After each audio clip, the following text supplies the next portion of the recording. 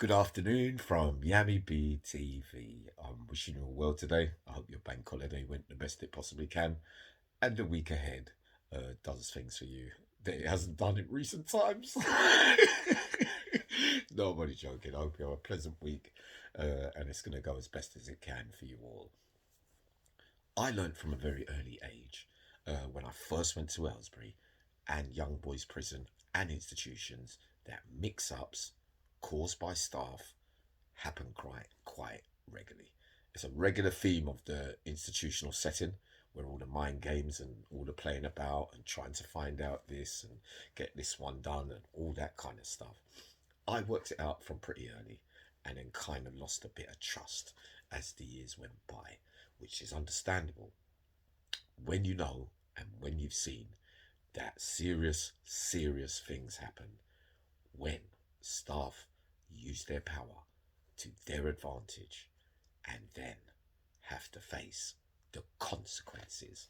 All right, starting from early on when I went to Aylesbury.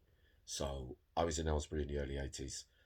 It was my first youth custody thing, apart from the detention centres and all the youth stuff that I did in institutions before that. So on this first occasion, an officer, a short one, with a Mexican moustache, someone was dragging their feet in the shower.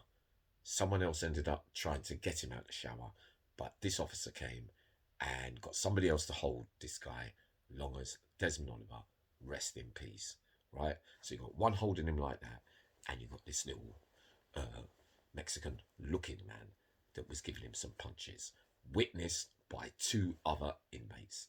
So during the day, word started to travel, and bam, big protest developed. So everybody was talking about it. Everybody was thinking, well, how can you do that? Just because the man said, oh, I haven't finished my shower yet, you're going to fall into some kind of argument. We know there's rules and regulations. We know that sometimes when you have to be on time, you have to be on time. But physical violence, never very appreciated. And most of the time, not really needed, right? So the word travels round. It gets to the evening time. Everybody's saying, we're not banging up, we're not banging up, we're not banging up. Bang! Some walked off the association. No, I'm not doing this. I need my parole and all that. Good luck to you. Okay, I get that. I was one of the ones that stayed, and we all sat out. They brought a couple of big figures in to talk to us. Nobody listened. In the end, it went absolutely bananas. I told you about it in another video. Second thing, an officer. When you meet these officers, right, we know that everybody's going to have bad days because we all live lives at home or on your own, and you come in and you're not feeling good about yourself. But my opinion, you shouldn't bring your bad feeling into work and take your anger out on other inmates, right? It's meant to be professional. We know that some of us are ignorant. We know some of us are seriously violent. We know that some of us have had serious mental health. Some are subversive. They don't like listening to staff. You know, that it's going to be that kind of battle, in which case, when it gets called on, you have to expect to have a go back, and you've got to expect to get done also by the officers, right? I understand that. I met a man way back in the day, Parkhurst. As soon as I looked at him, I thought, no, I'm staying away from this man. It reminded me when I was in Scrubs, right? Because they got convicted in the early days. I think it was in the 90s. A few of us was down in the blocks them time there. A few big names as well. So, and they used to intimidate you, stare at you, and wait for you to thing, and then just weigh you in. A few of them got convicted in Scrubs in the 90s, but this behaviour here has been going on for years and years and years before it got slightly addressed, and the camera equipment's there now, so you can't take as many liberties as you used to take. You get me? So that day in Parkhurst, imagine this man, right? Can't say his name. He used to just pick on people randomly. He used to come in their cells, look at their pictures, their photographs, and say, look, this shouldn't be up there. This is too that. On one such occasion, he went into a man's cell, who we all know, and pulled off his children's photographs and his missus. Left them on the bed, so yeah, that's not allowed to be on that part of the board, but one of them was torn.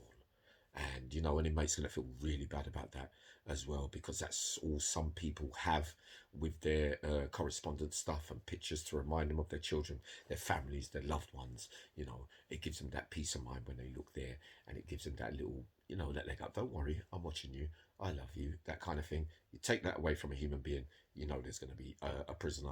As a human being, he's going to get angry. So this went on for a good couple of weeks, right? And then he kept doing it. So it happened to one person, happened to two people, happened to three people. And I was thinking to myself, this guy, and if you look at him, you know he can't beat you in a row or nothing. We know the row doesn't mean we don't want to react with violence now. That's not the point. But when you're pushing it around like that, and you're going on like you're something that you're not, based on that you wear the tie and the uniform, and you've got all everybody's safety and numbers, to back you up. Bloody hell, think about it. That night in the evening, a bloodbath. It all went absolutely nuts. Everyone, they lost control in Parkhurst. Everybody ended up down a block, wrapped up. I was in a cell, right? Listen to me. I could hear grown men squealing. I kept hearing doors open. Some serious, serious beatings, day and night. The geezer with the photographs, right, ended up in a what's it called, a transit van, because he was so black and blue and battered that the board of visitors them days said no, no, no, no, no, you can't keep him here, right? There were serious injuries to officers during that mini riot, right? One of them apparently was the original perpetrator. So what we find here is that one action from one officer, the other, how many weren't on that kind of level of bitterness and troubling people. There's always a team. Like, you always find one that finds another one like him and another one like him, because sometimes certain officers won't want to join that. You see, they won't want to be your partner in crime because they know what it can lead to. But all so often on both sides, we find one bad apple can spoil a whole bunch and cause to serious injury and loss of life. Now, that apparently the perpetrator, I can't say he ended up in a wheelchair. There was a big court case. The court case was won by the inmates. Why? Because they were not guilty. So watch now. When this guy was in transit, all the way from one side of the country to the other, yeah, and he was on the floor, black and blue, completely battered. When he got to the other end, they said, "Nope, we are not accepting him." Bam, send him back. Instead of Parker's block, Albany block. Bam, bam, bam, bam, bam, bam, bam, bam. The beatings were so severe, some never got over it. A couple of those have died in recent times as well. Rest in peace to a couple of you as well. But again, you see, professionalism, even up till today, the mix ups, the he said, the they said. These days, the kids go in, they say, because of the beefs and all the postcodes and everybody wrapped up in all different areas, you reach a jail, CCAT, locals, and some tell the others. When you come in, staff say to you, "Have you got any problems on any wing? What postcode are you from?" That kind of stuff. Some say, "I'm not telling you, blah, blah, blah. I'll get on with my own time and I'll take what's coming," and blah, blah, blah. But there's a fair lot these days that say, "No, I can't go over there, Gov, because I've got trouble." Who's on there? Uh, and then you got to cough up. Because if you don't say who's there and you're over with, they'll put you on there, right? So, but what it also leads to is that further down the line, so that person slips out of being put over there and gets put over there with his mates. So then they're playing this game too, because they know that, all right, we saved you from going over there. So in the future, when we come and ask you anything, you've got to tell us. Otherwise, we'll tell them that you told them that you had beef with them and you called his name.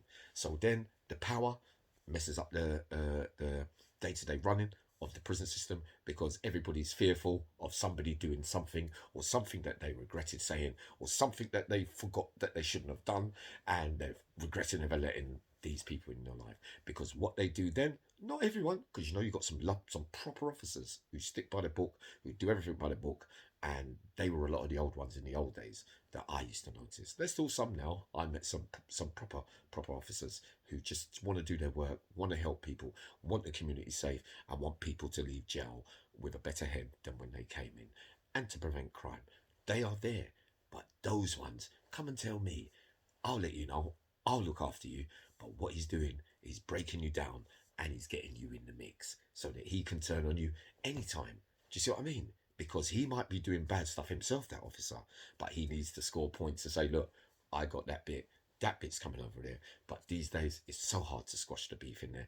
The loss of control, which we've gone through time and time again with these with my videos on recent times, because in the old days, that control was held. You couldn't really run about as you do now. In the old days, you could, but it was much more on a serious level with staff having complete control. I'm all for discipline, me. I agree with the punishment. Some of you might say, yeah, but yeah, me. They went for resettling. Newbies will be nice to you. Don't worry. That's where they went wrong. And I'm going to explain it to you because there was a difference between punishment, being taken away, paying for your crimes, and now committing crimes. But we'll make it an easier place for you because we want you to be free, independent with these boards, your own applications, go on courses and blah, blah, blah, blah, blah, blah, and come out, blah. But they're not feeling the punishment because it's really easy in there.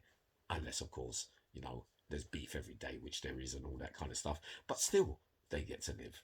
They still get to have an easier time than we did back in the day. Right. The third one was, of course, I told you about the he said and they said from the from the Cat A's, right? When two men, on the word of an officer, went in and done somebody because that officer told them that they was the person in there was a sex offender. But at the same time, the man they was talking about had a job and blah blah blah blah blah, being protected and all that. At first, blah blah blah. So one officer came, had the that is told a couple of people, got weighed in, died. Right? That was word of mouth. It wasn't the whole truth either. We find out, yes, there were some elements and blah, blah, blah. But it's not your decision to go and tell somebody else to go and get somebody killed and then put other people in the frame where they end up doing life imprisonment. Because I'm sure up till today, the two that got I think there's doubts about their guilt. I was there. I can see directly who, what, where, but I know that a couple of them named blah blah, it couldn't have been because I saw you by the pool table and I saw you in the showers all at the same time. Do you get what I mean? But that he said and they said, what's the solution? Can never be stopped. Human behaviour. Always bad apples in anything. All kinds of walks of lines. Because why? Human behaviour. When you feel bad about yourself and something's not going wrong, loads of us can control how we feel, identify what the problem is and why we feel this way. Some so seriously bitter and want to get people back. Bad word from the wife, marriage breakup, children not behaving right. Well, I'll come in today and I'll upset everybody to the extent, or got beat up, got bullied, and feels the need to go and bully because you got the power. You can't get nicked for it, so you think. And, get your own back there. I've had that one as well. I was wrapped up once in Belmarsh and someone that I had a fight with before, while you're down on the floor, they take the time to weigh you in, while they're there, get theirs in, and you're thinking, oh, where did that come from? You're looking up off the floor and he's hitting you, and you're thinking, me and you was in the cell the other day. I wrapped you up. See what I mean? But your time came, we shook on it, but next time round now, somebody else wrapping me up, you felt the need to join in as well. Bad things. No solution to it. Be mindful. Very, very dangerous places to get into the mix. Especially, we know some of us are the worstest that go to prison. But I just like you to remember, staff as well.